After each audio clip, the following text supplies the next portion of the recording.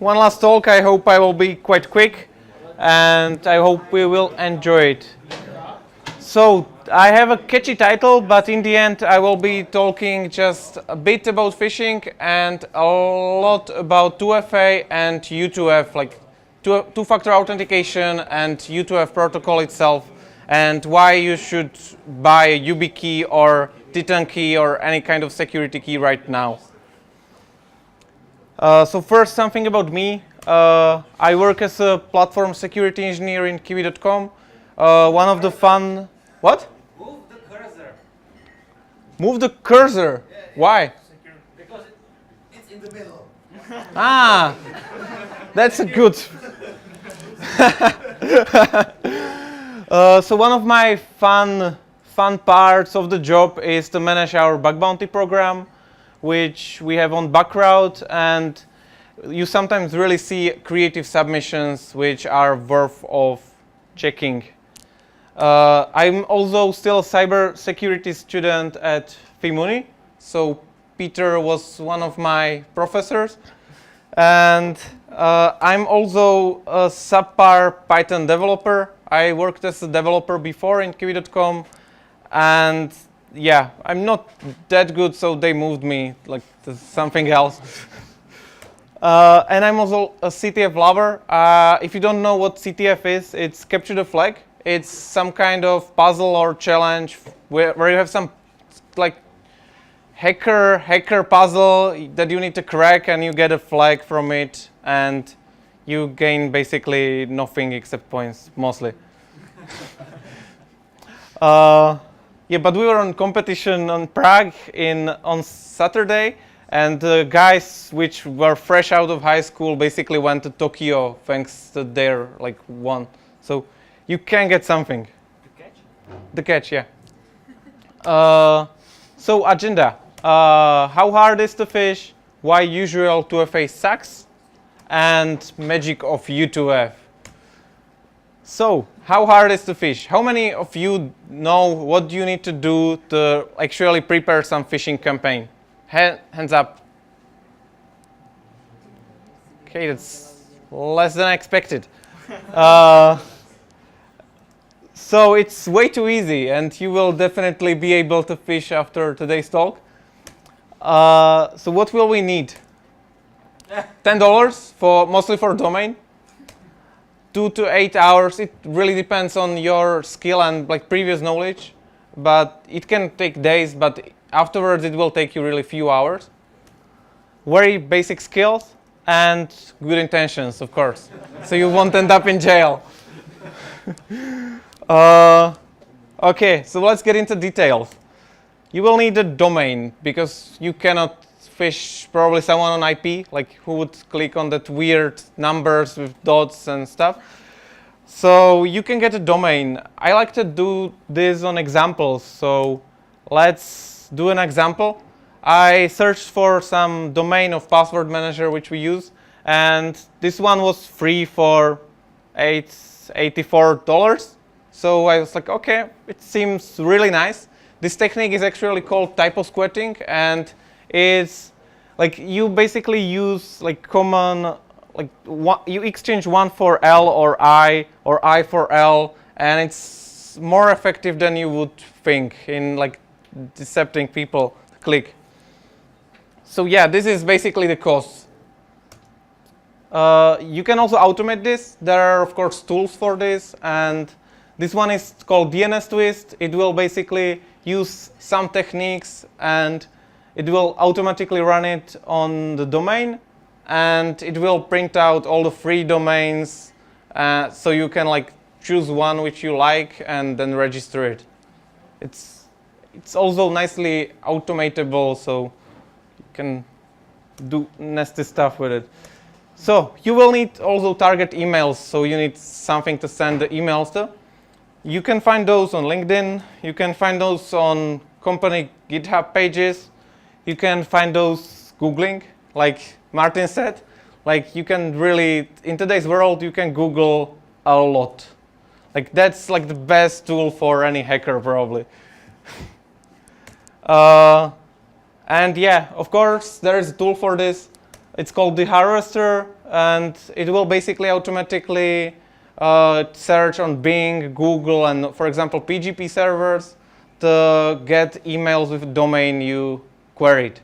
And you will get a nice list which you can then chain with other recon tools and profit. Yeah, this is what I got in like 1 minute of running the harvester.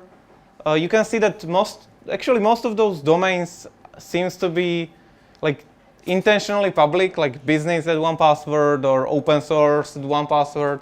But you can also see some interesting ones, and you can already see that they have they have a freedom in choosing like their email, because you can see that there is a rock at 1Password, rob at 1Password, and they probably use just the first name or up derivation of the first name.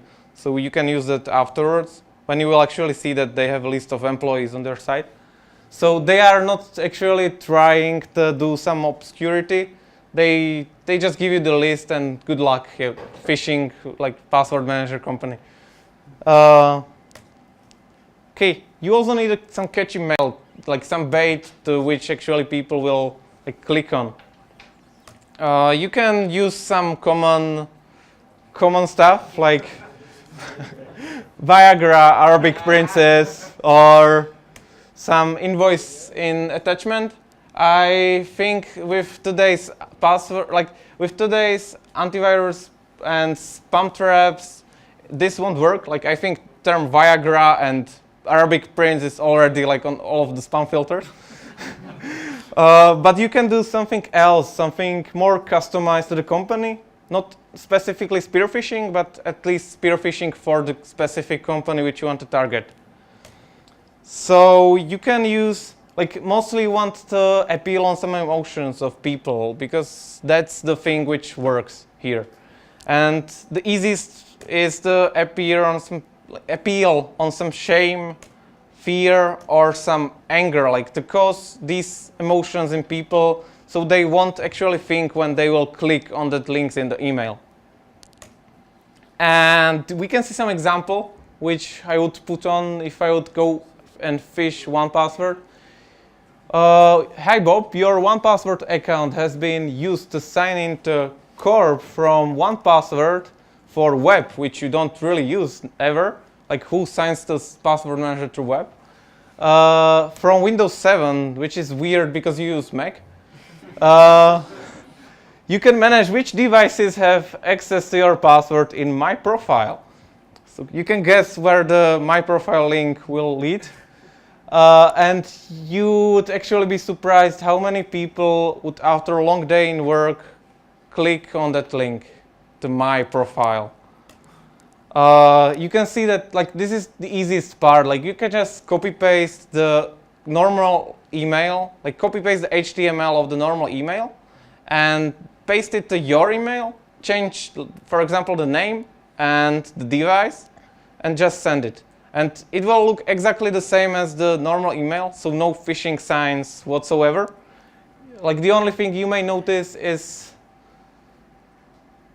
yeah, don't click on links in emails. You may not notice anything. March 44? Oh, 42. Yeah, it's March 42. Yeah, so you also need some mail server, which you can you can basically get account, like email account for free from your domain provider lots of times. GoDaddy or Namecheap provides you with free account for like 2 months, which is more than enough for your needs. You can also use free trial of G Suite, which is like 14 days, but again, it's more than enough. And with the reputation of the G Suite SMTP server, it's good. And you can connect the G Suite with MailTrain, which is like newsletter kind of self-hosted application where you can then track the click-through ratio and automate, like query the API, which uses the SMTP server of GoDaddy or G Suite, and you can nicely automate, for example, sending phishing to tens or hundreds of employees with customized headers or customized subject. Or you can also spoof it, but that doesn't work nowadays mostly. There is also a need for some landing page. Like if you will phish someone, you need some page you will redirect him to. That's again some skill of copy pasting code, like basically only copy pasting, and then replacing like the actual server name for your server or your domain and pasting into some web application framework. I like Flask because I like Python, but you can use PHP or whatever. You just basically mostly need very, very simple application which logs the passwords and OTP, like tokens. Or you can use some prepared tool for this, like always. There is Evil Jinx 2, which is written in Go, and it's very cool because you have everything for free. I think you don't see anything from the back, but it's basically a tool written to man in the middle the communication between the victim and the real server. So you basically forward the requests which user will submit on your fake page. We will forward it to the real page, and you will get the session like this, and then redirect user to the actual page.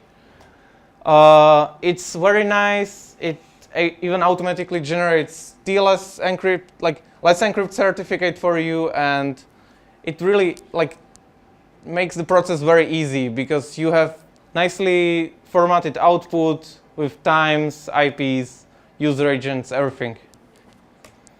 Let's play a quick game. So I hope you don't see properly in the back, but is it Phish or is it real?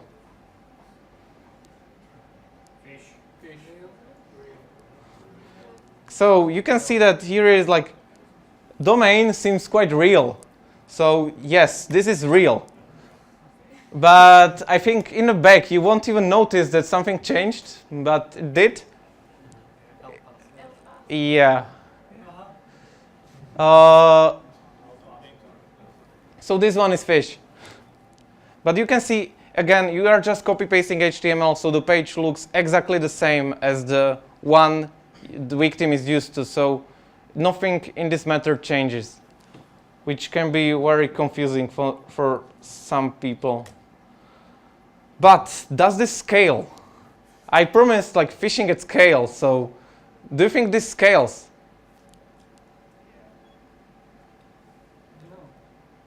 No. See, pentester, red teamer, this doesn't really scale. You have to repeat this manual process over and over again, and it's tedious and boring, and it doesn't give you anything.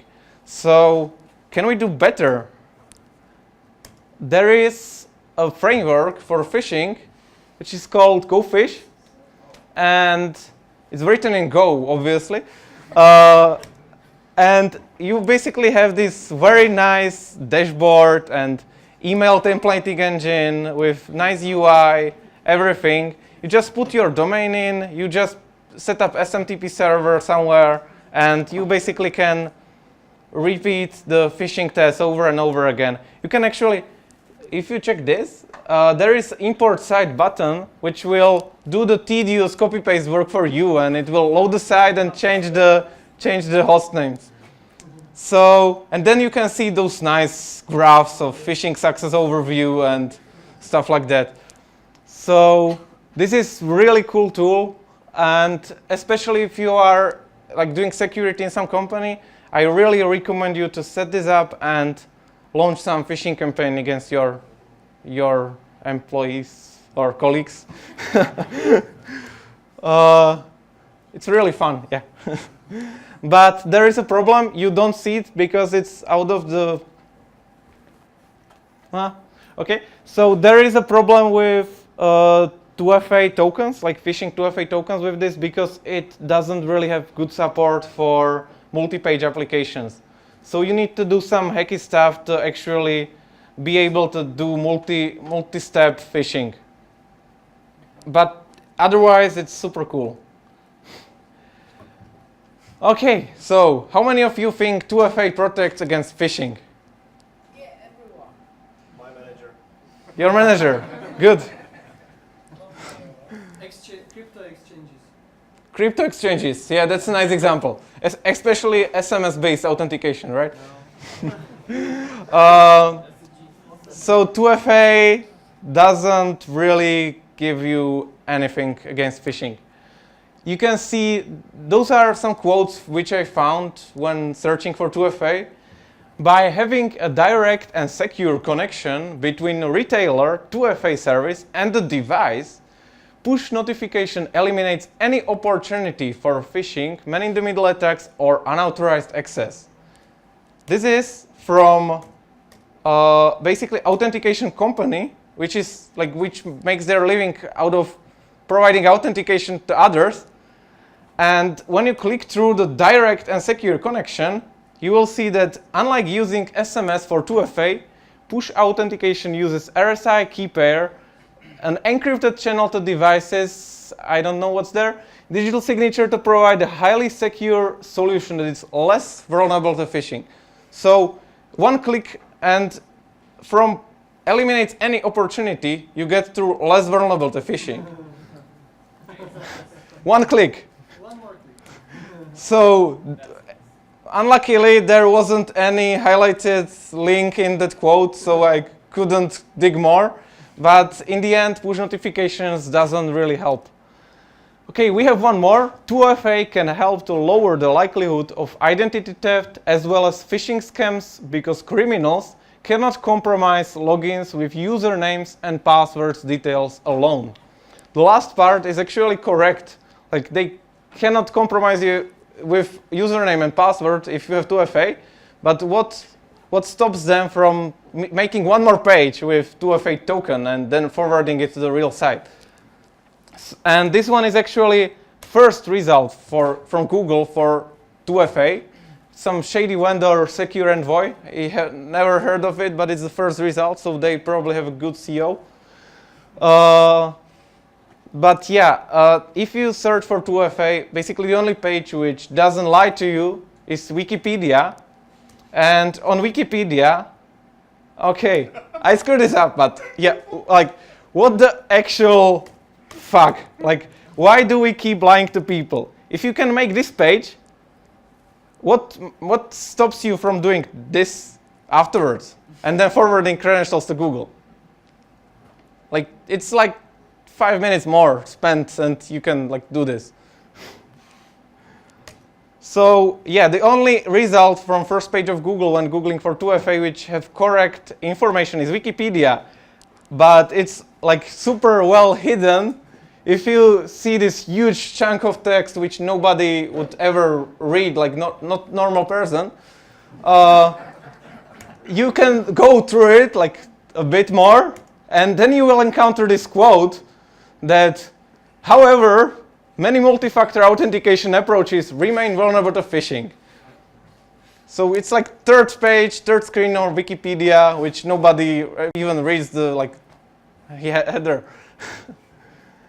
So yeah, let's recap it once more. Let's give it an example, which will be Google this time. The black guy is, of course, the attacker. And no, it's a stick figure, come on. And the red one is victim. The very nice vector for like injecting Google, you can basically inject events to other Google Calendar by sending an email to a person. If the person uses Google Calendar, which most of the companies does, you can send him an email which will inject the calendar event, and this calendar event he will then like get notification for, and with this notification he will be like, okay, what the hell, what am I supposed to do with this meeting? So he will open the calendar event, he will see agenda which is linked to some Google Doc, he will open the Google Doc. What will wait for him there is login prompt, because it's Google, it's secure. So he will put his email address there. This tool will fetch the profile image of that email from Picasa and then serve it on customized like password prompt with his image, which he normally uses with G Suite or Gmail. Then he will type his password, because he don't have to worry about passwords because he have 2FA. So he will type password, and this password will get forwarded to Google. You can see it there to Gmail, arrow up. And what this tool will do is that it will actually get the response. And based on the response, it will know the default 2FA method which you use. So in case you use push notifications, this will know that you use not push notifications and will customize the second 2FA page specifically for your preferred 2FA method. So it will then send a customized response with your preferred type of 2FA, which you will then confirm, and this will of course get redirected to Google again, and attacker will get a login. Afterwards, victim will get redirected to some fake Google Doc, which of course he has session for because he was logged in all the time. So this is actually an example of tool called Cred Sniper. It's tool by Black Hill Security. It's a very nice one. It's actually very customizable, so you can also add some more sites than Gmail, but nobody did it. Nobody open sourced their modules, so there is only Gmail right now. But yeah, it's very nicely personalized phishing of Gmail credentials. So what now? Like, what can we do to improve this state, this apocalyptic state? Like, yeah, don't get me wrong, 2FA is really good thing. 2FA was a big leap forward, and it really helped against credential stuffing or some shoulder surfing, but it still doesn't give you any protection against phishing.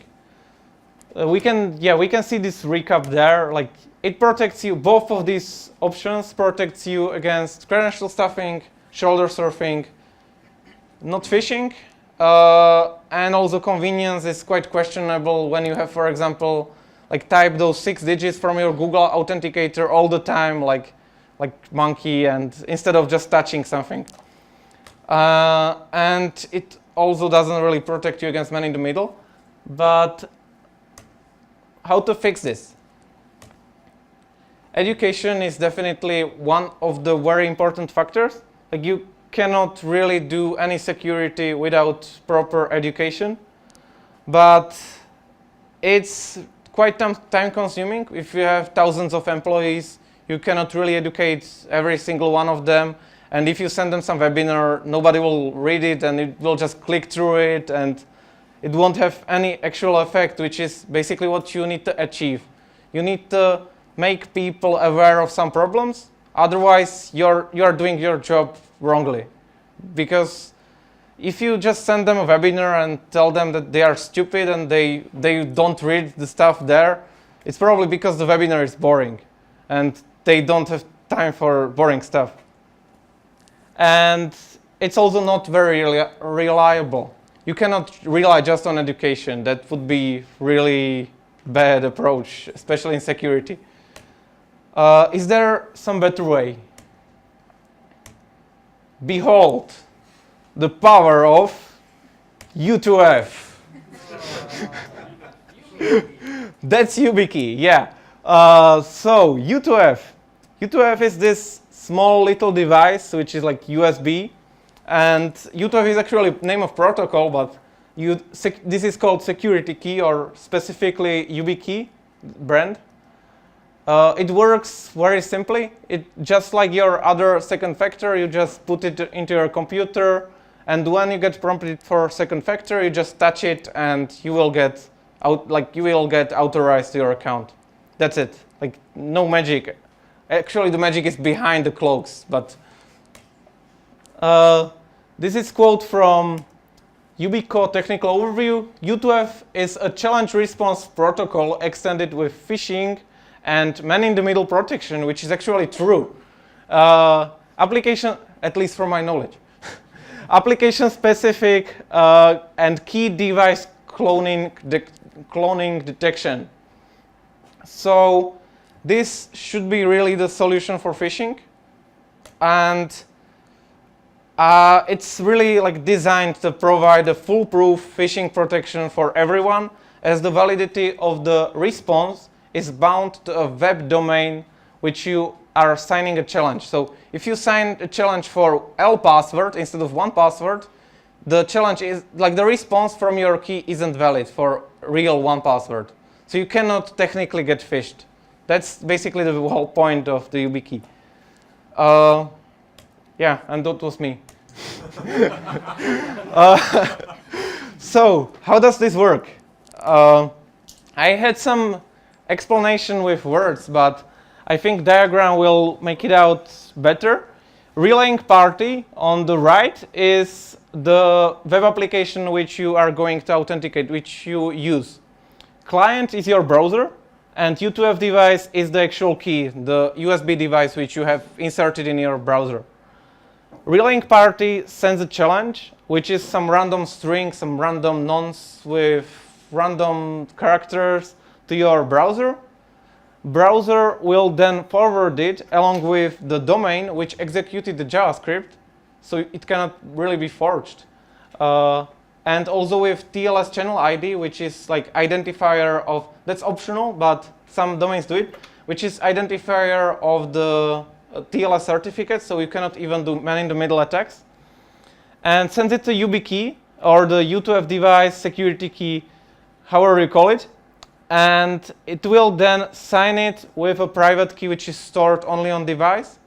The private key never leaves the device, so even if your computer gets compromised, you basically don't have the 2FA. You have more power than you should, but you don't have the second factor. You have sessions, but you don't have second factor. So the YubiKey will then sign it. I hope everyone is familiar with asymmetric crypto and signing. Who isn't, please tell me and I will explain. Okay, cool. And it will then send the signature back to browser, along with a counter and some other stuff, which is the magic behind. And the browser will then send a challenge and signature back to the relaying party, which is the web application, which is in possession of your public key, which you gave to it during the registration. And with that public key, it will then verify that the signature is valid, and it will verify that the signature is valid and the counter wasn't tampered with and the domain fits, so there is like no weird shit going on. How big guys do it? If you would be aware of YubiKeys, you would probably know that Google was basically one of the companies which brought the standard to the life. So they brought like U2F and security keys. And they actually did a very long, like nearly 2 years old case study based on their employees, where they gave them YubiKeys instead of the time OTP, which is like Google Authenticator, but physical device.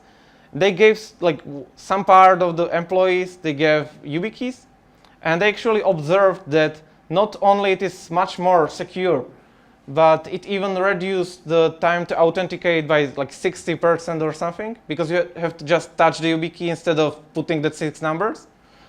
And it also decreased support contacts for them by more than half, which is really huge. So probably YubiKeys worked well, but they went ahead and they replaced it with their own Titan keys. And also Facebook. Facebook have it enforced for 1 year now. The same as Airbnb, and that's Airbnb. And it's enforced there, and Google claims that none of their employees, like 85,000 employees, got phished since they enforced YubiKeys in their company. They are not aware, like there are ways how to phish people without getting credentials from them, for example, sending malicious files. But they are not aware of any account takeover since that moment. Or at least they claim to. Okay, so I hope I sold you. So we have some YubiKeys for sale. Not really. But where can you get one? You can get, there are various brands. YubiKey is like the old school one, which is very closed source, and it's getting a bit worse reputation like in recent months. And also, like Google, basically, where Google was using YubiKeys, and then they suddenly came like mind. I don't know if it was marketing or like really some security issue in YubiKeys, but they started making their own keys, and they started selling them also. So you can right now buy also Google key, and you can also, which is a very weird thing in Java card industry, you can buy open source Java card, which is like the Solo open source U2F key. Mostly Java cards, as Peter told, are very closed source business. They protect the code as their intellectual property, and they don't allow anyone without NDA get any near to it. And Solo is open source. It's a very young project on Kickstarter. You can click through the image there. I will publish the slides afterwards. Okay, so does it have any cons? Yeah, and those are not referral links back there. Like, those are like pure links. You don't have, I won't have anything from it. So, are there some cons? Like, for now, it must sound to you like the solution, the magical U2F, but of course there are some cons. First one, like the biggest one, is quite limited adoption for now. Like, for example, some browsers still haven't realized that this is basically the future of authentication, and for example, Safari doesn't support it natively yet. You have to install some add-on, which you sometimes may not want to do with security-related stuff. But yeah, Chrome and Mozilla support it natively, so the biggest market share is covered. There are also like a few web pages which support U2F, which is like Google, GitHub, Dropbox, like all those huge guys, Facebook, Twitter, GitLab, all of them support U2F, so you can register your key with any of them. And there is also very limited support for phones, which is getting very, very better recently. For example, Android can also use the USB now. You had to use NFC interface to actually use YubiKeys or security keys with Android, but I think like a few months ago it was released like that you can actually finally use USB interface. On iPhones, it's still quite limited.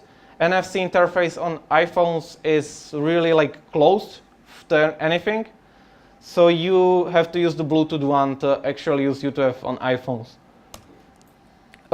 Is it phishable? That's a question, right? Of course, in case you set some insecure backup, like in case you use insecure backup and attacker will realize it, he will just serve you that some page which will basically show you that, okay, sorry, but your YubiKey isn't working. Let's do some backup method. And he will show you the page for that 6 digits or some push notification.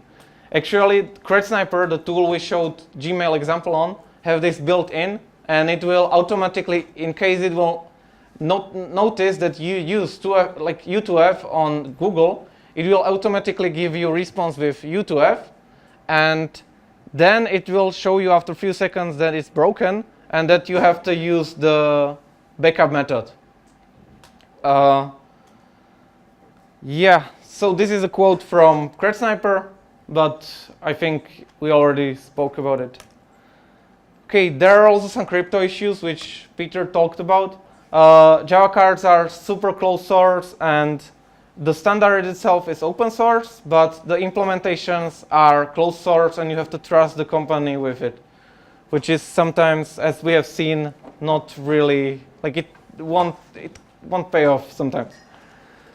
It is also very young, not really battle hardened like most crypto libraries, or like basically every crypto stuff. And there are also issues with specific implementations, like Peter mentioned with YubiKey, that basically you have a master key from the manufacturer, and you can derive secret keys for any of your services out of it. So you have to trust the Yubico that they will actually, that they took care of it and it's not leaked somewhere. and also the price. But the blue one, which supports only U2F, is very cheap. It's costs $20, and you can get it really like right now. But if you want to enroll this in a huge company, you may hit the wall, because like if you have thousands of employees, it may get quite big numbers. But still, if you count the price for like average phishing attack, which is for mid-sized company, like really in hundred thousands or millions of euros, you probably can spend some part of it on YubiKeys. And this is also getting better. More vendors on market means better price. And like, for example, at Solo, you can get it even for less than $20, and it seems even cooler than YubiKey. Okay, so this is the end. Any questions? Yeah, I have you have demonstrated some proof of concept now. Do you have any real-life scenarios or reports that you can disclose, for example, from company phishing or creating or constructing some sites? Or was No. it just okay? Not really, but you can, like. Okay, so the question was if I can disclose some stuff under NDA. No, like if I can disclose some like internal phishing scenarios or some scenarios for, I think you asked for specifically U2F, right? In general, basically, you mentioned some proof of concepts, like phishing sites you can create that form and so on, and your real life outcomes. It works. It works. Okay. Any other questions? How many of these phishing frameworks for emails support tracking pixel? So you could know if the person opened this email or if it ended up in a spam box. I'm not actually sure. I'm pretty sure MailTrain does it. I'm not sure about others actually, but MailTrain does this, and I'm not sure about the others actually. But I think GoFish should do this. If it doesn't, you can implement it. It's open source and it's in Go. Okay. Any other? Are all the tools open source? Yeah. I don't use any closed source tools for anything basically. Another side note that if you want to make an UTF token, you can build it yourself with STM. Sorry, can you repeat the question? Well, that's not a question, that's a side note. Uh-huh. If you want to build your UTF token yourself, you can build it with something Yeah. like STM board for, I don't know, $10 or less with open source code from the Definitely. Like Solo is open source, so you can just get the hardware and assemble it yourself. Definitely you can do it, and the price of creating the YubiKey itself is super cheap. Like they are making shitload of money out of it, because the price is like really nearly like $5 or $4 for a key, and they are selling it for 20. So it's a very nice business, and if you want to start doing some closed source Java cards, I think you will have a future. Yeah? Is there any pure software implementation of this? Like I get an app which basically works just like that, for example, for my smartwatch or for my phone? Yes, there are software-only implementations. I think there is some browser plugin which supports it, and from software point of view, I think that's it. I don't know about anything which you can like put on your smartwatch and somehow connect your smartwatch with browser. But yeah, there are software-only solutions, and there are even, I think there is some application which you can just download to your mobile and somehow connect the mobile and use it like it. Another question from me, if I can. If I have a company and I have 30 employees, I give them these keychains, how do I invalidate them? Do they have to return them? Please come back? Yeah, actually we did, like when we enrolled YubiKeys in Kiwi, we told everyone that, okay, this key is yours to take. If you lose it, it's your shits, you will buy a new one. You will have to buy a new one, but this is yours to take, and if you leave the company, it's yours to keep, because they can also use it to secure personal accounts. It even increases your security of company if they secure also their personal accounts, because you cannot get personal info out of them, and yeah, it just makes your company even more secure if you let them use it for personal things, and it doesn't put your company in any risk, because the keys itself are generated for each service separately. The key pair is regenerated for each service, basically. Thank you. Yeah? Two questions about the Solo project. First is also open hardware or only open source? And the second, how they provide that the private key is secure and also the copy somewhere between manufacturing. Okay, so those two questions are about Solo key. I actually don't have detailed knowledge about Solo. I think the hardware is also kind of open source, but I also don't actually know. Like, I wasn't really aware about the problem until Petr mentioned it, like about the generation on YubiKeys. I wasn't aware that basically you have to trust Yubico with everything. You can use it, for example, like with some IDs or something, like Estonian IDs. Like you can generate the key on the card and it will stay on the card, like the private key. You can generate it there and make it like that it can never leave the device. So I think if Solo did it right, they should do it like this, right? Yes. Okay, I think he would have more knowledge about this. So the protocol itself is fine. The problem is that if the implementation is closed source, then you don't know what is there. The implementation can just be leaking the keys. I just wanted to know that if I buy the Solo from AliExpress, for example, if I could know that the private key is really private. Good luck. You don't know. You don't know whether it's a Solo. Right? So Yeah. But yeah, those crypto issues aren't really like, for most cases you don't really have to worry about this. Like phishing is really still #1 in terms of account takeovers, and some crypto issues like we found, like not we, but they found on Infineon chips. It's quite rare. Like still, it's quite rare. Maybe because it's so closed source. But you should really worry more about, like, first check the low-hanging fruit and then solve stuff like this. Yeah? where could you use it at Kiwi, or which website? Okay, so question was that where can we use it at Kiwi? We actually can enforce it across the company, because if you have some identity provider, for example Google or Okta or OneLogin, you can enforce the YubiKey on the identity provider, and then you can basically enforce it for everything, because everyone authenticates through the identity provider. So this is the way how to enforce it currently, with the limited support of pages.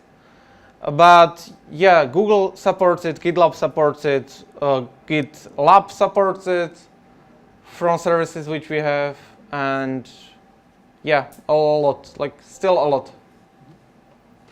And you also use Google for most of the things, right?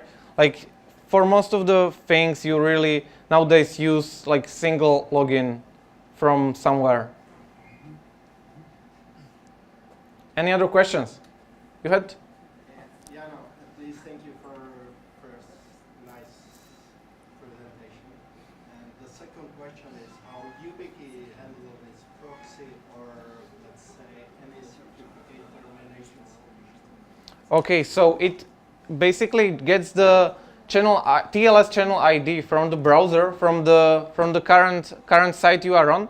So in case you put some man-in-the-middle proxy with some different TLS cert, it will have different fingerprint. It will have different TLS channel ID, and this channel ID will get propagated to the signature, and the signature won't be valid for the issuing server, for the Google or for the GitLab. So it will reject the reject the response, and that's it. This is clear. This is basic, let's say, implementation man in the middle. But well, in case you want to use it, for example, from China to, let's say, log into your Gmail and you have to use the proxy solution, what's the play?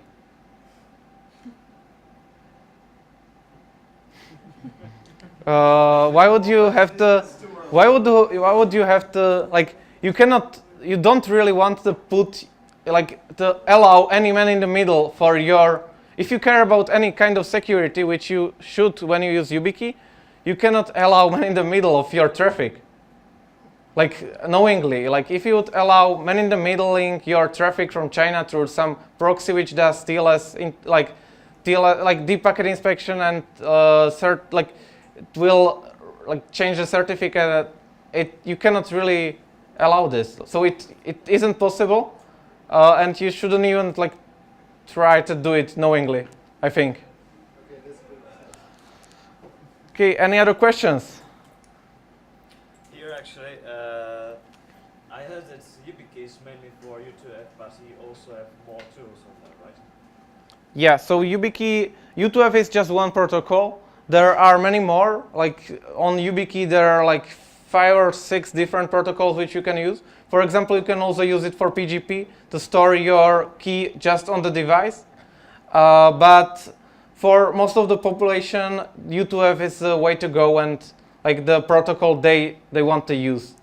Like it has some other functionality, but you like most of the people don't really need this. Like unless you have some Bitcoins somewhere or you really are some crypto anarchy guy which wants to do some shady stuff, then you can try it out. I tried it out. It actually works quite well, but after I got like disconnected several times, I changed the back. Like I moved SSH key back to my device basically, because it wasn't that reliable enough and it didn't really provide any additional protection. Like those are all theoretical attacks, and in case someone would have access to your device, you are pretty much done. Yeah? Does this interfere in any way with VPN services? No, not really. VPN services doesn't like do any kind of SSL interception, so it doesn't. Thank you. I have a small comment about the man in the middle. Because in the past, when, I don't know, the people believe something, Earth is on the turtle's turtle's shell, and there was some clever guy, and he asked, the Earth is standing on the turtle's shell, but what's behind it? What the turtle is standing on? And the guy said, okay, there are only the turtles, yeah? So there are always men in the middle.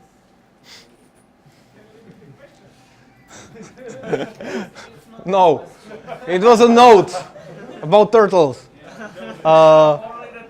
Yeah, definitely. If you like NSA, you should try to check the back of the turtle. And yeah, also I want to thank this guy for that awesome U2F image. Like, I think you remember it. He did it, and it's fucking awesome. Like, I will probably publish it somewhere afterwards. So yeah, thank you again, and